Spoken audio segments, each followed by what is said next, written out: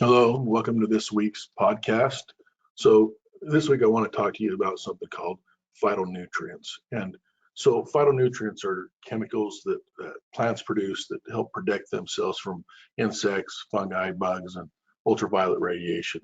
And so these are something that plants produce, but they are something that's very valuable to us as humans. So these compounds are what gives the plant its color, its flavor, its aromas, and also its disease-fighting capabilities. So phyto is from Greek, meaning plants. Another name for phytonutrients is phytochemicals. But unlike vitamins and minerals, phytonutrients are not essential to keep us alive, but they do play a very important role in kind of optimizing our health. So that's why I wanted to talk about these today. So eating a variety of plant-based foods, it's really imperative to ensure a steady supply of phytonutrients. So, interesting thing, there's been identified over 25,000 varieties of phytonutrients, but they're really kind of broken down into kind of two major classes, and the two classes are the carotenoids and the flavonoids. So, again, remember these are plant-based chemicals that help protect the plant. But I want to hopefully by the end of this, you'll understand the value of consuming these also in helping us in our own health. So I want to begin by talking about the carotenoids. So this class of phytonutrient is kind of the class that gives fruits and vegetables kind of that yellow color, orange color, and bright red color. Now there's over 600 types of carotenoids, but really the most common are keratin and xanthophylls is what it's called. So keratins or provitamin A, these basically are compounds that contain high hydrogen but no oxygen, and so that's what helps produce the orange color. So there's alpha keratins and beta keratins, and you've probably heard that terminology before. These are the most well-known keratins. They're basically collectively known as a provitamin A. Beta-carotene is probably the most widely studied provitamin.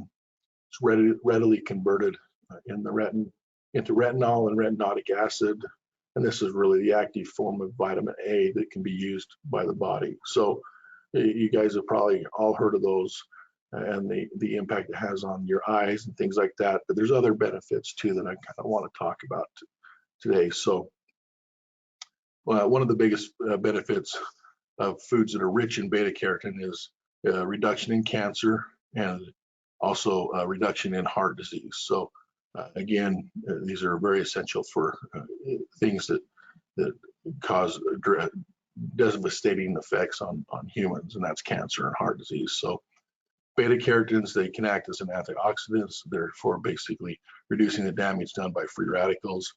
That's real important because we know that free radicals cause a lot of damage to the body. So foods that are high in beta carotene can really help, and that's one of the mechanisms that it does this by. So kind of the most common foods high in beta carotene are, as I said, red, orange fruits and vegetables like carrots, papaya, mango, sweet potatoes, squash, and cantaloupe. But there are also other vegetables that are loaded with beta carotene, and that's kale and spinach. So a diet consuming these things is going to give you the high concentration of that beta carotene that has significant health benefits. So there's also a lesser known alpha keratin that's being investigated, and they think it does help increase your longevity, meaning you live longer. But really, there's many studies that show that high blood levels of alpha keratin is also inversely associated to cardiovascular disease, cancer. So that means that if you're consuming alpha keratin, you're less likely to have cardiovascular disease and cancer. So the keratins are extremely important product that plants give us when we consume plants. So that's the one category of the keratins. The other category is the xanthophylls. One's called beta-cryptoxanthine. It's also a provitamin, but basically it's called xanthophyll, and it contains oxygen molecules. So that's kind of the difference between the keratins and the xanthophylls is oxygen versus no oxygen. It is also a source of vitamin A, but it's really not converted very well in the body. It's roughly converted 24:1, but it's found basically in yellow fruits and vegetables like yellow bell peppers, mangoes. These are very high in these xanthophylls. Now, this is also associated with a lower risk of cancer, particularly breast or particularly lung cancer. So again, the impact of these phytonutrients in heart disease and cancer is essential. Common ones are lutein. This is a carotenoid that's found in the eye. Obviously, it helps the eye. It's basically what creates the macular pigmentation at the back of the eye. And this is actually helps protect the eyes from kind of the blue light, and it helps overall vision.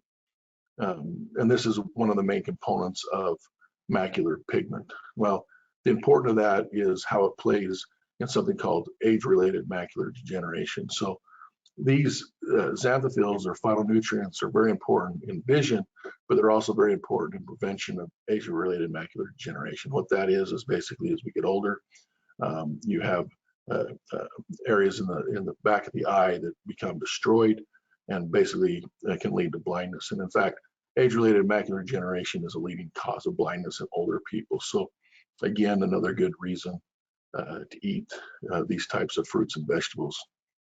Where do you get it? Again, dark green leafy vegetables like kale, spinach, peas, and lettuce are very important.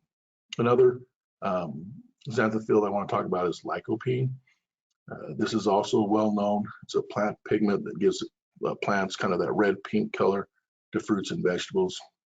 The lycopene is an antioxidant, again, very important. Studies have shown its benefit in heart health, and may lower the risk of prostate cancer. So lycopenes is another essential thing of the phytonutrients that we need to be consuming.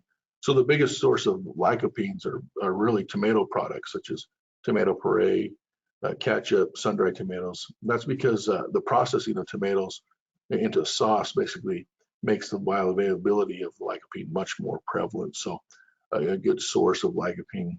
But there's other fruits that have good concentrations, such as the papaya, the pink grapefruit, watermelon.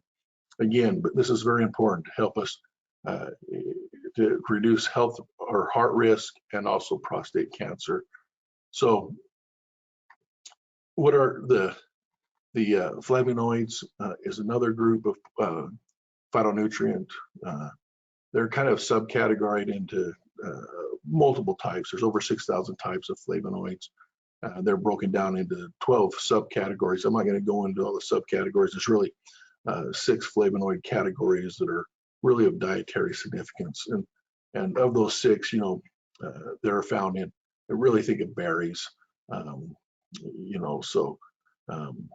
really any type of berry is a good source of these, but also bananas, apples, oranges, lemons, and actually soybeans can be associated with that. So the flavonoids, again, they help by, they produce an anti-inflammatory effect for us. That's real important because we know that inflammation is really kind of a central theme in a lot of illnesses in the human body. And if we can do things to reduce that inflammatory component, that's going to help us kind of save off illness. The flavonoids do a great job of that. They're really good at basically promoting, again, good cardiovascular health and also nervous system health. There's also some studies that suggest that they may be protective from certain types of cancers. So again, cardiovascular health is essential in all of these, but we're learning more and more about these and the other impact it has in different cancers and the nervous system. So let's just talk about quickly the health benefits of the flavonoids. Like I said, they're very helpful for your cardiovascular disease.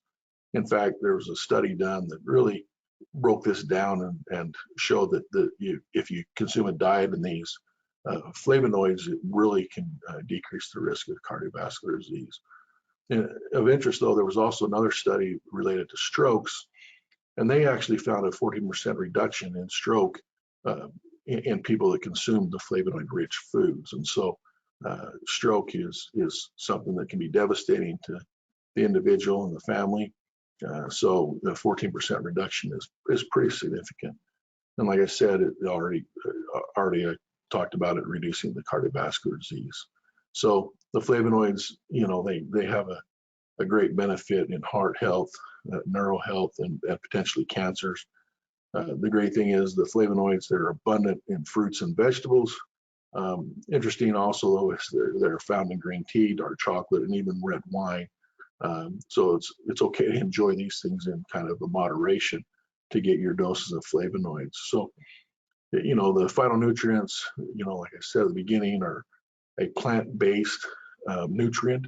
It's not essential for our life, but they do offer tremendous value in protecting us and helping us live a healthy life in the context of specifically avoiding cardiovascular disease, also those stroke reduction, and then also cancer reduction risk. So, you know, really I would recommend you try to get multiple servings of, you know, plants, good, you know, whole food plants, not processed things, but, you know, a variety of plants. In fact, I say you really should try to eat a rainbow in your diet, meaning that picking different colors of plants and vegetables. That's going to provide you with the different, you know, phytonutrients that are going to produce the best health benefit to you. So again, you can enjoy plants.